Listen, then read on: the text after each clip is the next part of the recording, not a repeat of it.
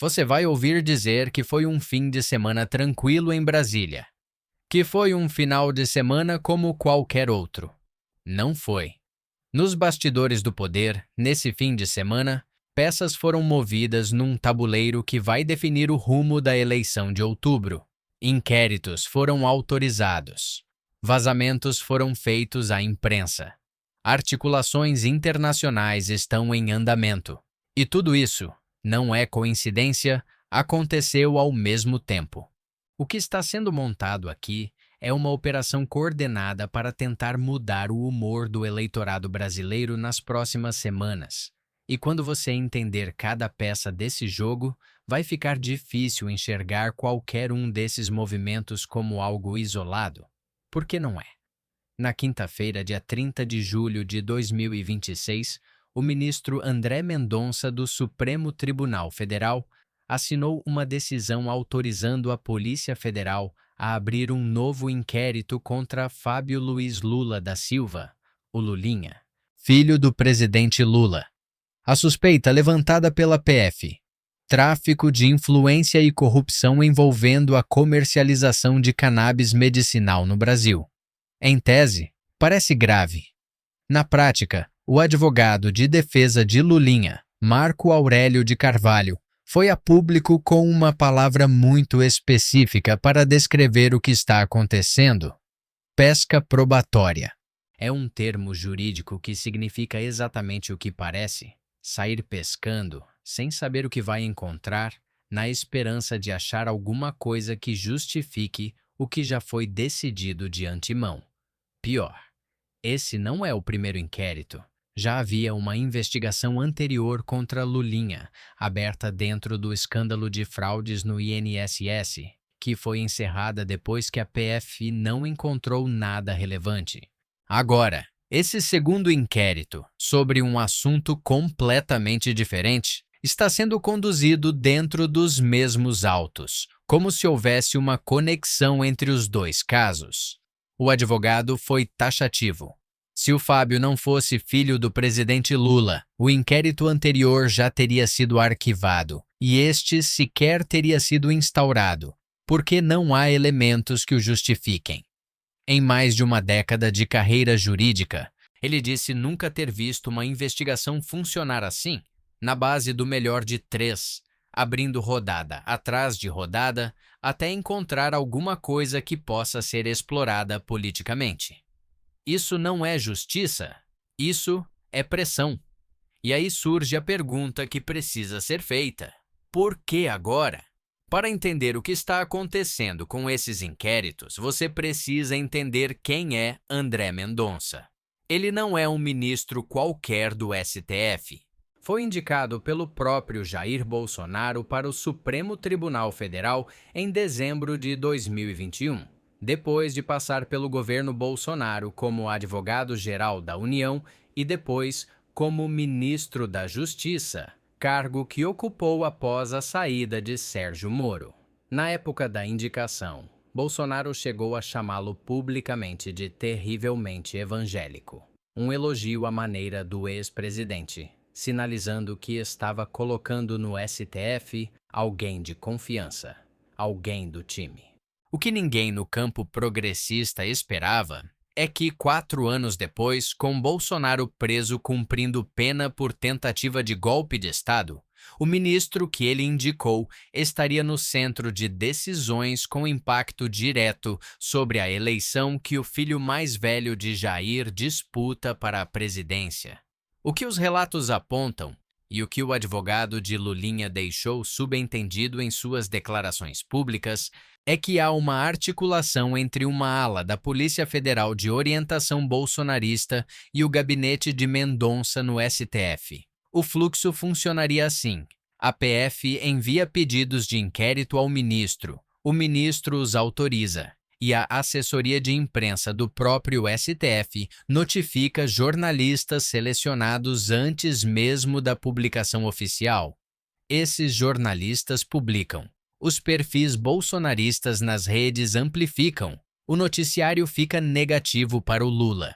E a candidatura de Flávio Bolsonaro ganha fôlego. Se for verdade que essa cadeia existe e os indícios que circulam apontam nessa direção, o que está sendo descrito não é jornalismo investigativo e não é fiscalização republicana.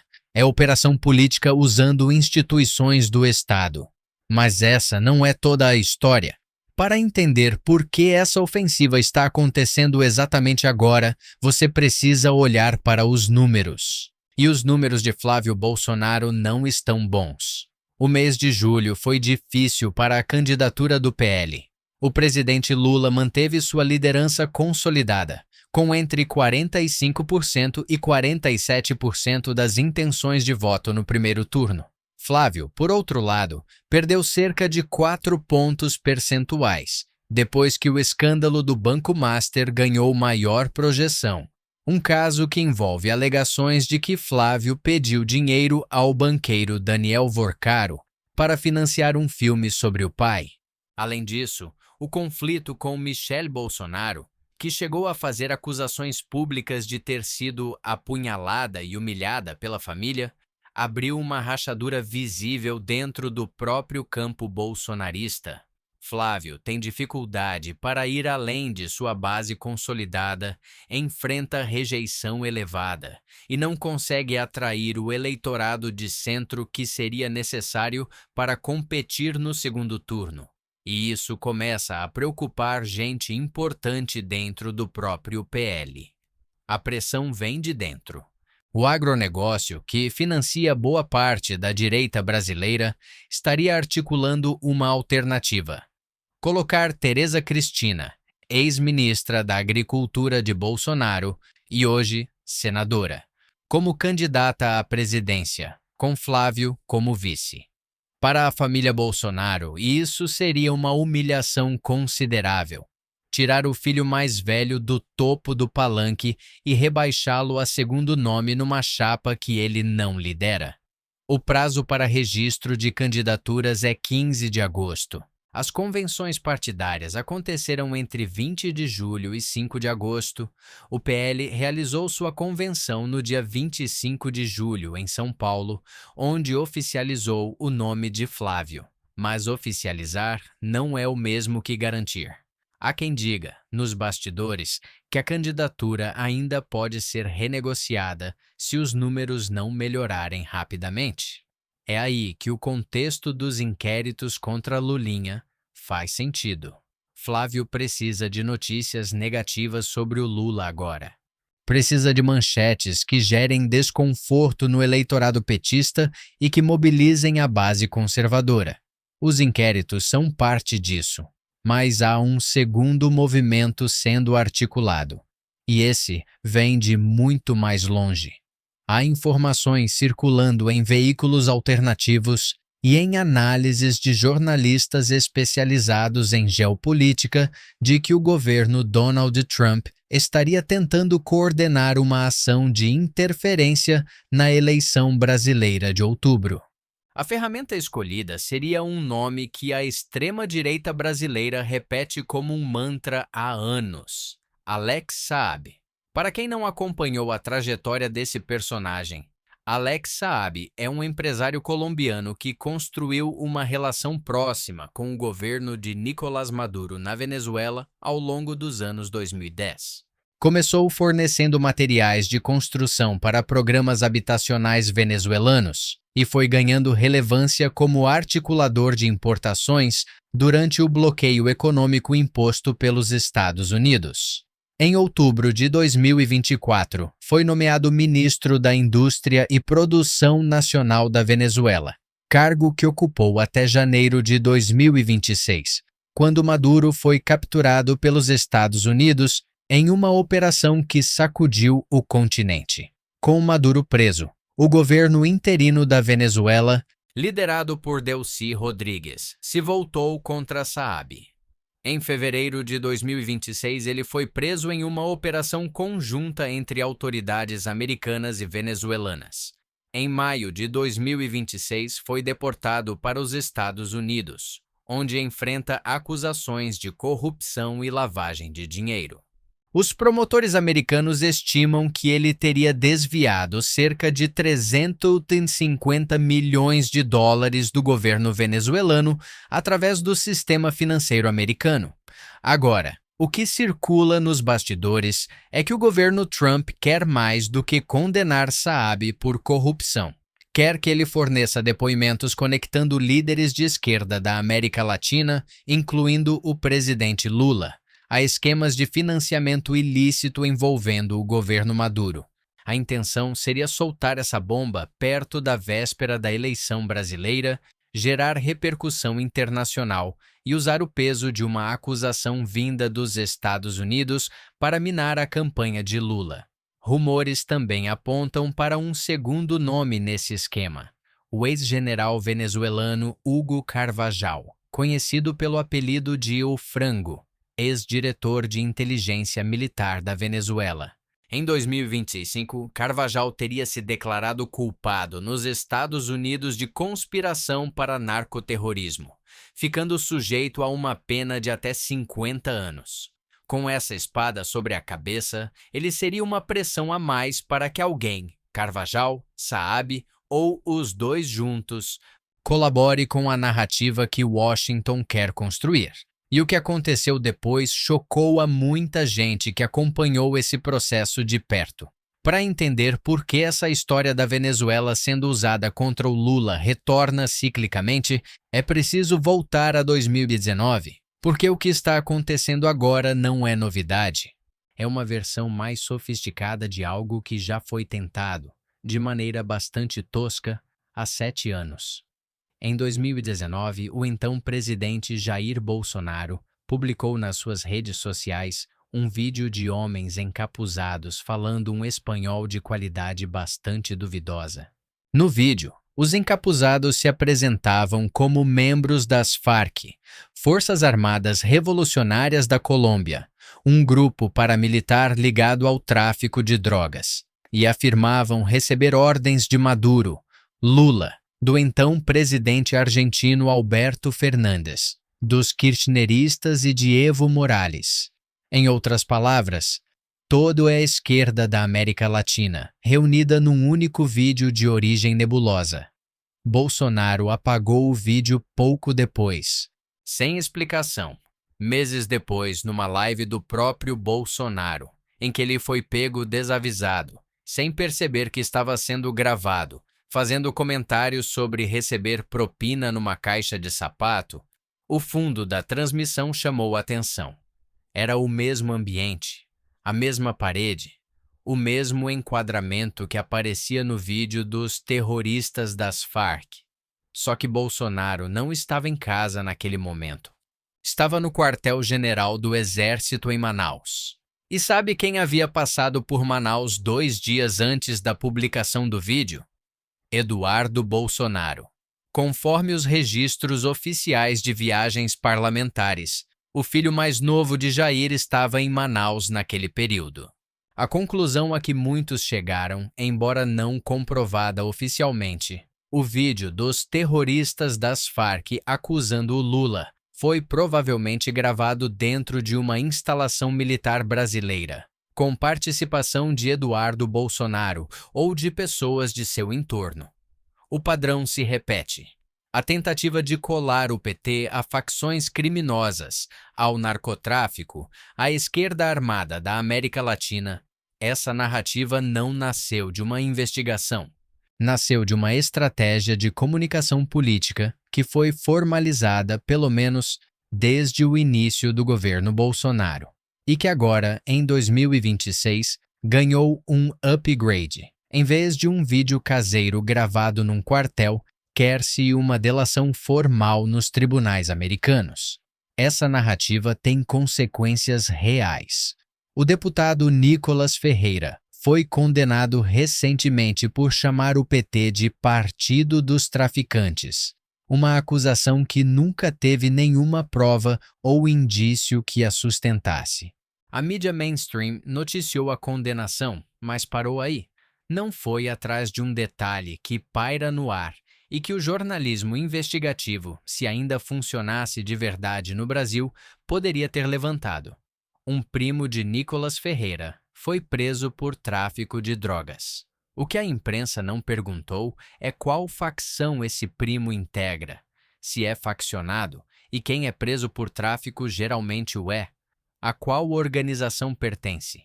Há alguma conexão entre essa facção e o pai do primo, que é prefeito de sua cidade? A prefeitura tem algum tipo de relação com o tráfico local? Nenhuma dessas perguntas foi feita publicamente. Não foram feitas porque Nicolas Ferreira é uma figura protegida por parte da grande imprensa e do mercado financeiro.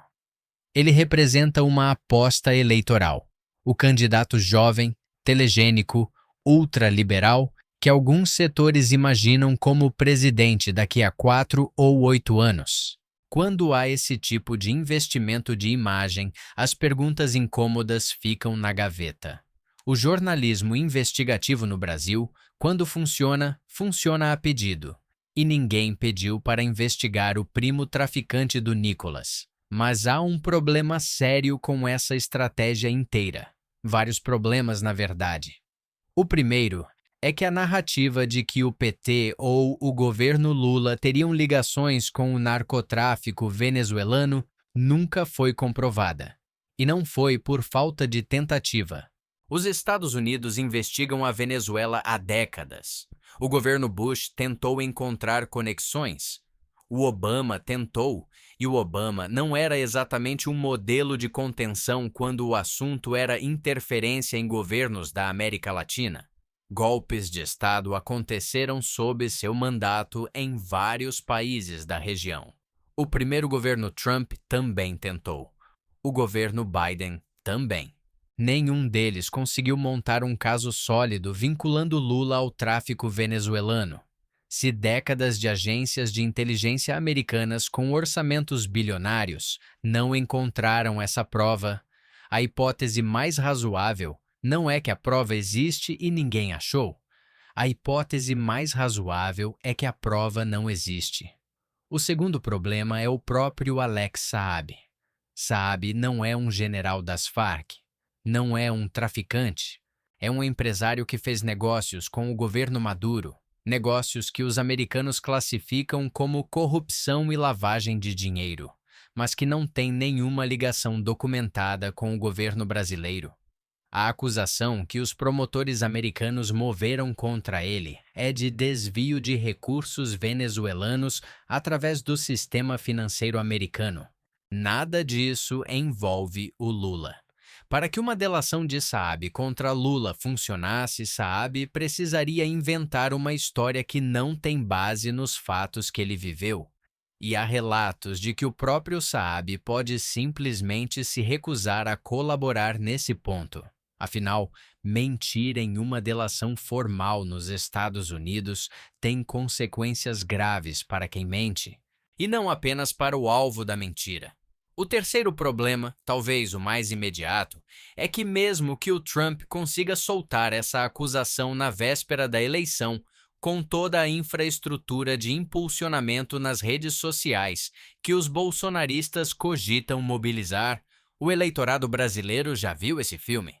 Muita gente já viu os inquéritos contra Lula durante a Lava Jato, viu a prisão, viu a condenação e viu tudo isso ser revertido pelo STF depois que ficou documentado que houve irregularidades graves na condução do processo.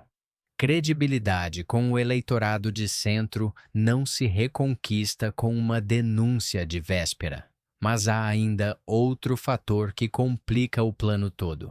O que se entende, olhando para os movimentos da família Bolsonaro nesse momento, é que eles estão apostando todas as fichas numa combinação de fatores que precisariam todos se alinhar ao mesmo tempo para funcionar. Primeiro, Flávio precisa se manter candidato e melhorar nas pesquisas. Segundo, as ofensivas jurídicas e midiáticas contra o Lula precisam surtir efeito. Terceiro, a delação americana precisa acontecer e repercutir. Quarto, o Trump precisa estar disposto a fazer tudo isso pelo Flávio Bolsonaro, que sequer é candidato consolidado dentro do próprio campo conservador. O problema é que nenhuma dessas apostas tem base sólida. Na família, a motivação para manter a candidatura de Flávio foi descrita de forma bastante clara por pessoas próximas ao grupo. Se Flávio perder, Eduardo Bolsonaro, que está nos Estados Unidos após ser condenado por conspirar contra o Brasil, não volta ao país. Jair Bolsonaro, preso e cumprindo pena, permanece no sistema prisional sem perspectiva de reversão da condena. E a família perde o único instrumento político que ainda tem para tentar reverter esse cenário. É uma aposta movida por desespero, não por estratégia. E apostas movidas por desespero raramente são bem calculadas. O que provavelmente acontece no cenário mais realista é o seguinte: o inquérito contra Lulinha gera barulho na mídia bolsonarista, mas não muda as pesquisas de forma significativa. A tentativa de delação americana, se sair, chega tarde e sem credibilidade suficiente para virar o jogo. Flávio permanece aquém do necessário nas pesquisas. E aí, em algum momento antes de outubro, ou ele tenta de qualquer jeito e perde, ou é substituído às pressas por uma candidatura alternativa que o campo conservador ainda não decidiu quem será. Em qualquer um dos casos, o plano infalível terá falhado. Existe um personagem clássico dos quadrinhos brasileiros, o Cebolinha, da Turma da Mônica, que ficou famoso pelos seus planos mirabolantes. Todo episódio seguia o mesmo roteiro. O Cebolinha elaborava um plano infalível, convencia seus amigos a participar e no final tudo desabava de maneira espetacular, deixando o personagem em situação muito pior do que estava no começo. O Cebolinha podia ter ficado quieto. Não ficava. É difícil não pensar nessa referência ao observar o que está acontecendo em Brasília nesse fim de semana. Há um conjunto de pessoas que poderiam ter seguido seus mandatos, feito oposição dentro das regras e mantido uma posição política relevante por anos. Em vez disso, optaram por uma série de operações, algumas com participação de instituições do Estado, outras com articulação internacional, que, se descobertas e documentadas, aprofundam exatamente a situação jurídica que tentam escapar. O inquérito contra Lulinha pode ou não revelar irregularidades. Isso a investigação dirá. O que chama a atenção não é o inquérito em si, mas o momento, o fluxo de informações para a imprensa e a coincidência perfeita com o calendário eleitoral. A tentativa de usar Alex Saab como vetor de uma acusação contra Lula pode ou não acontecer, mas décadas de tentativas similares não produziram nenhum resultado concreto. O que esses movimentos revelam, acima de tudo, é o grau de desespero de quem os articula. Quando você precisa de um ministro do STF indicado pelo seu pai, de uma ala da Polícia Federal que vaza informações para a imprensa, de um ex-empresário venezuelano preso nos Estados Unidos e de um presidente americano disposto a interferir numa eleição estrangeira, tudo ao mesmo tempo, tudo funcionando perfeitamente, para ter alguma chance de vencer uma eleição, é porque as urnas, por si só, não dariam esse resultado. Existe um argumento que os defensores de Flávio Bolsonaro certamente vão usar. Mas e se der certo? E se a delação sair, as pesquisas virarem e o Flávio ganhar? É uma pergunta legítima, mas repare, esse argumento só funciona se você acredita que o Brasil pode ser decidido por uma operação coordenada entre um ministro do STF, uma facção da Polícia Federal e o governo dos Estados Unidos, e não pelo voto. E aí, você já saiu do campo da democracia e entrou em outro lugar. O que os dados mostram de forma consistente ao longo dos últimos meses é que Lula mantém uma liderança sólida com um eleitorado fiel, que Flávio Bolsonaro não consegue expandir sua base além do núcleo duro bolsonarista, e que manobras de véspera raramente viram eleições consolidadas, especialmente quando o eleitorado já assistiu ao mesmo roteiro antes e sabe como o filme termina. A família Bolsonaro apostou tudo. E a história, como costuma fazer com o Cebolinha do mundo, provavelmente vai cobrar o preço dessa aposta. E as urnas, em outubro, vão falar por si mesmas.